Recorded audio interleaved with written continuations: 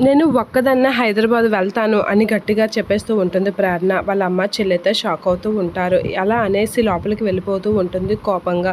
ఇక వాళ్ళ అమ్మ చెల్లి ఏమైంది దీనికి ఇంత కోపంగా ఉంది అనేది అనుకుంటూ ఉంటారు. ఇక ప్రేరణ అయితే తన గదిలోకి వెళ్ళి బాధపడుతూ ఉంటుంది, ఏడుస్తూ ఉంటుంది. ఇక వాళ్ళ అమ్మ చెల్లికి నిజం చెప్పలేక ఏడుస్తూ ఉంటుంది. ఇక వాళ్ళ అమ్మ అయితే షాక్లో అలా ఉండిపోతుంది. ఇక ఎలా అయినా మా అమ్మ వాళ్ళకి నేను ఈ విషయం బయట పెట్టకుండా వెళ్ళాలి అని చెప్పేసి ప్రేరణ అయితే అనుకుంటూ ఉంటుంది.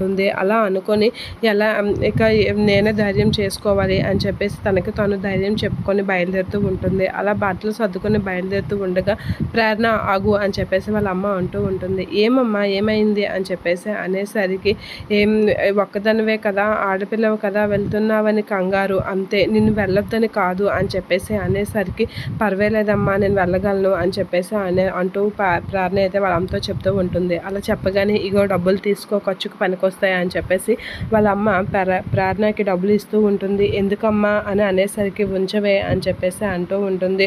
ఇక వాళ్ళ అమ్మనైతే గట్టిగా హగ్ చేసుకుంటూ ఉంటుంది ప్రేరణ. ఏమైంది ప్రేరణ అని అనేసరికి ఏడుస్తూ ఉంటుంది. ఇక వాళ్ళ నాన్న గురించి చెప్పలేక బాధపడుతూ ఉంటుంది.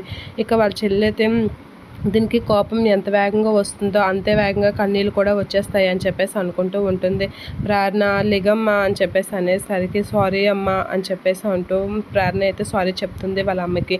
ఎందుకు సారీ చెప్తున్నావు అని అనేసరికి ఇందాక నిన్ను కసురుకున్నాను కదమ్మా అని అనేసరికి నీ గురించి నాకు తెలియదా, సరేలే అక్కడికి వెళ్ళగానే హైదరాబాద్ రాకముందే నాన్నకి ఫోన్ చెయ్యు, నాన్నకి ఫోన్ చేశాక నాన్నని నాతో మాట్లాడించు అని చెప్పేసి వాళ్ళ అమ్మ ప్రేరణతో అంటూ ఉంటుంది. సరేనమ్మా అని అంటే సరే కాదు మాట్లాడించాలి ఖచ్చితంగా అని చెప్పేసి అనేసరికి సరేనమ్మా మాట్లాడిస్తాను, వెళ్తాను అని చెప్పేసి అంటూ ఉంటుంది. ఎందుకు ఏడుస్తున్నావు అని చెప్పేసి అనేసరికి హైదరాబాద్ వెళ్తున్నాను కదమ్మా, మీ మీద బెంగ పెట్టుకుంటాను ఏంటో అని భయమేస్తుంది అని చెప్పేసి అనేస్తూ ఉంటుంది.